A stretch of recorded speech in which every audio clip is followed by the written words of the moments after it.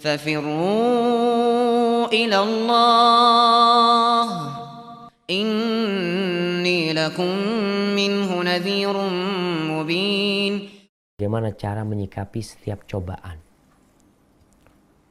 agar kita ikhlas dan sabar menghadapi cobaan yang terus menerus. Contoh, saya sudah 3 kali selalu keguguran. Subhanallah jemaah.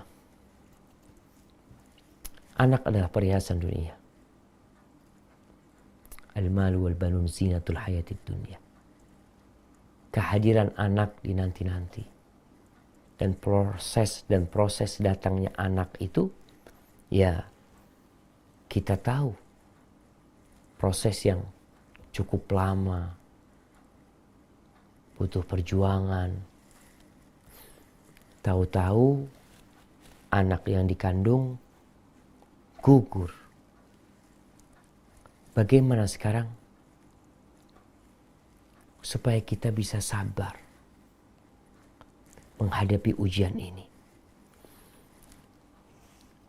Yang pertama, para ulama menjelaskan apa saja yang membantu seorang untuk bersabar.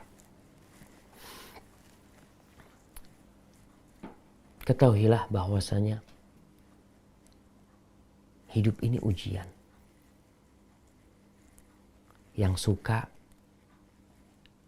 yang hidup berduka, dia sedang dalam ujian. Sehingga tatkala engkau tahu sedang diuji, apa sikap orang yang sedang diuji? Ya sudah, aku akan menjalani ujian ini. Apapun konsekuensinya. Yang kedua, ketahuilah bahwasanya ada orang-orang yang ujiannya lebih berat daripada dirimu. Lihat ujiannya para nabi. Lihat ujiannya istri-istri nabi. Istri nabi kita Muhammad SAW, selain Khadijah gak ada yang punya anak. Bertahun-tahun gak punya anak. Lihat ujian istrinya Fir'aun. Yang dibukuli oleh Fir'aun, dibantai sampai mati. Lihat ujiannya Masyitatu binti Fir'aun. Bagaimana anaknya yang dikandung berbulan-bulan, dibesarkan sama dia, 4 atau 5 anaknya satu persatu. Dimasak di sebuah minyak yang mendidih dalam kondisi ibunya melihat. Jadi kuatkan diri kita dengan kita melihat ujian anak gak seberapa dibandingkan ujian ya orang-orang yang sebelum kita. Dan sekarang di dunia ini ada orang yang lebih parah hidupnya. Sehingga itu membantu kita untuk bersabar. Kemudian yang ketiga, berharap pahala sama Allah. Allah mengatakan, Innama yuwaffas sabiruna ajrahum bighairi hisab. Orang-orang yang sabar itu akan dibalas oleh Allah tanpa ada hisab. Dan ada derajat-derajat yang tinggi yang mungkin tidak bisa diraih dengan amalan. Tapi diraih dengan ujian yang dilalui dengan konsekuensi harus bersabar. Kemudian yang keempat, ingatlah sesuatu yang kita benci bisa jadi itu baik buat kita. Kita nggak tahu tuh anak-anak. Anak-anak itu kalau besar jadi apa? Dengan sekarang mereka gugur.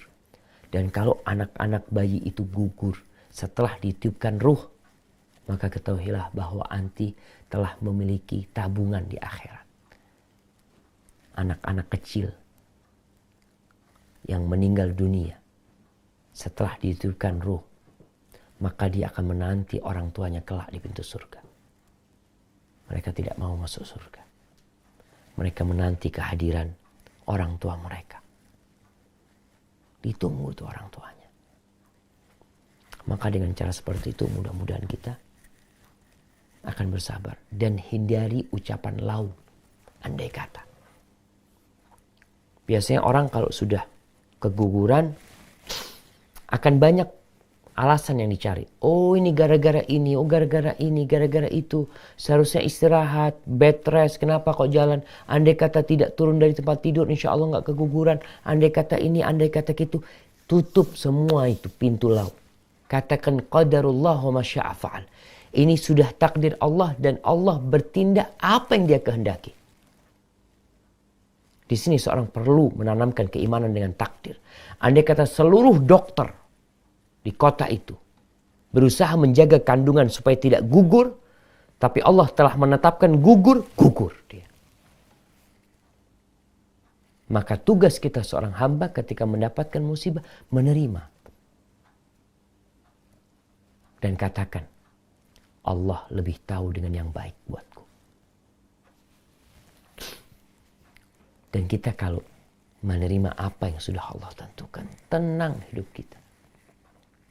Banyak orang stres, banyak orang galau, banyak orang akhirnya depresi, bunuh diri, hidup dalam kegalauan yang tidak bertepian, gara-gara tidak beriman dengan takdir Allah SWT.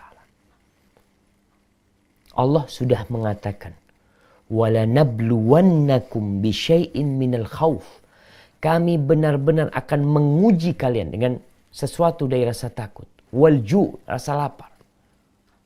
Wa naqsin minal amwali wal anfusi wath thawar, kekurangan harta, kekurangan jiwa, orang yang dicintai meninggal dunia, buah-buahan hilang. Apa kata Allah? Wa basyiris sabirin. Berikan kabar gembira kepada orang-orang yang sabar, berikan kabar gembira. Buat siapa? Buat orang-orang yang sabar. Siapa mereka yang sabar? Alladzina idza asabathum musibatun qalu inna lillahi wa inna ilaihi raji'un. Mereka adalah manusia-manusia yang kalau ditimpa musibah, mereka langsung ingat sama Allah yang ada di atas arsy sana. Dia mengatakan inna lillahi ya Allah. Kami ini milik Allah.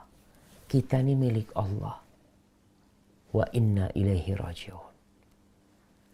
Kita akan balik kepada Allah. Apa yang akan terjadi? Ulaika alaihim salawatum min rabbihim wa rahmah. Orang-orang itu akan mendapatkan salawat dari Allah. Berkah, keselamatan, rahmat. Wa ulaika humul muhtadun. Dan mereka lah orang-orang yang mendapatkan petunjuk dari Allah. Maka sejatinya tugas kita ketika mendapatkan musibah, husnudzon sama Allah. Karena kalau Allah ingin kebaikan buat hambanya, Allah kasih cobaan tuh hamba. Jadi mudah-mudahan Allah sedang menginginkan kebaikan buat anti. Dan tugas anti menjadikan musibah itu sebagai karunia ilahi. Barakallahu fikum. Taib. Hadza wallahu a'lam bishawab.